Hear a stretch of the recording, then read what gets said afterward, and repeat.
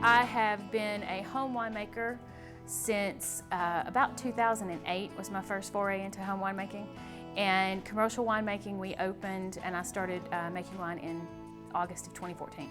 We are located in Brush Creek, Tennessee, a mile and a half off of exit 254 on Interstate 40.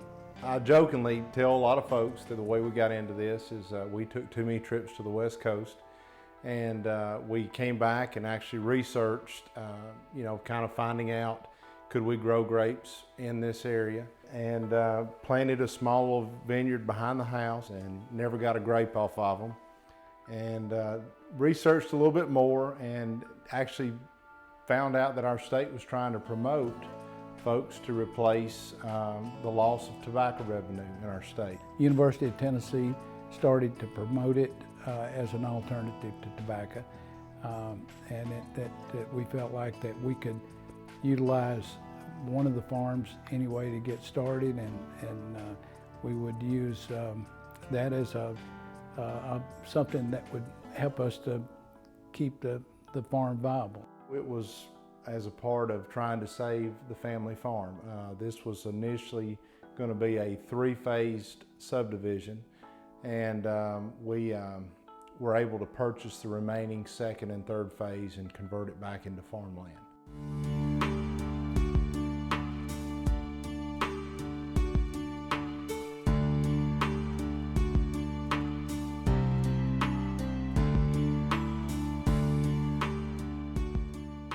At first, we were commercial growers. So in 2005, when my in-laws sold the last lot in phase one of the subdivision on my husband's grandfather's farm, we decided to ask to buy the remaining farm out. So we planted Cayuga White and Chamberson, which are grapes from upstate New York. They're French hybrids, and had our first crop in 2007. Looking at the soil types here, the grapes they do pretty well here because supposedly France's soil conditions are very similar to ours. Grape growing in Tennessee is very viable. Currently there are 900 producing acres across the state with, I would say, probably several hundred different growers. And but before Prohibition, the state had 19,000 acres of producing vineyards.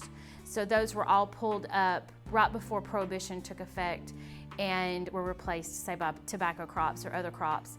And now, now the grape industry is slowly growing back in Tennessee because there is awareness now that we can produce a crop and it be a quality wine and a quality product. So everything was kind of conducive for growing grapes. Never would have thought in a million years that we would have this out here, but it was something that we were really passionately interested in. The big thing is to have a market for the grapes, and that's what we were challenged with to begin with. It was to be able to find a market for grapes back then. We had a crop that we could not sell, and thankfully another winery took it, and at that point we decided we better have plan B, and so we decided to start a commercial winery. And we began in 2012 on the building that we're in. It's just a simple pole barn. It was a family project to finish it out, so everything is reclaimed that's in it. We've tried to use all stuff from Habitat or something that was torn out of another place, and got permission from our county and started making wine in 2014.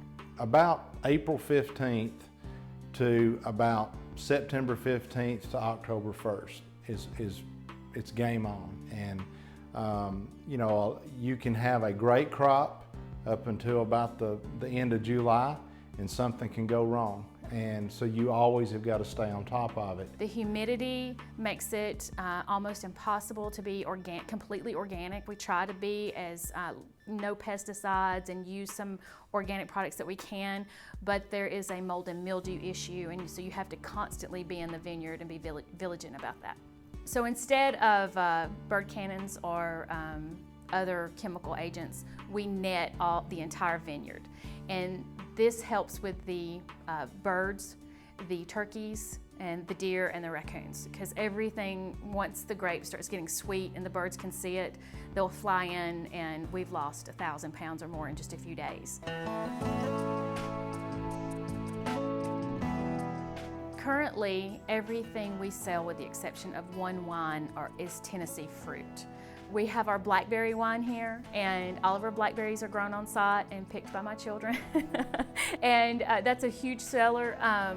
Of our 11 wines that you can taste here now, 10 of them are grown in Tennessee, if not right here on the farm. If any of my neighbors have fruit, or any of the farmers around me have fruit that they could not do something with, they can bring it here, and I will process it into wine, because it doesn't have to be beautiful for me to make wine out of it. In September, when we'll usually start picking about Labor Day weekend, we'll be processing that entire month in September, so you can actually come see the process. Especially on the red wine, you can actually taste new wine when we're out pressing, because we try to press on Saturdays. What makes it all worthwhile is to see the beauty when it's all matured and you've got it groomed and the way they grow. So it's a beautiful thing to have access to see. You want to come out on a Saturday and see how the process goes, and see crushing and destemming and the whole pressing process, please come out and see that and be a part of that, because it's really interesting, and we'll let you taste the juice or the wine.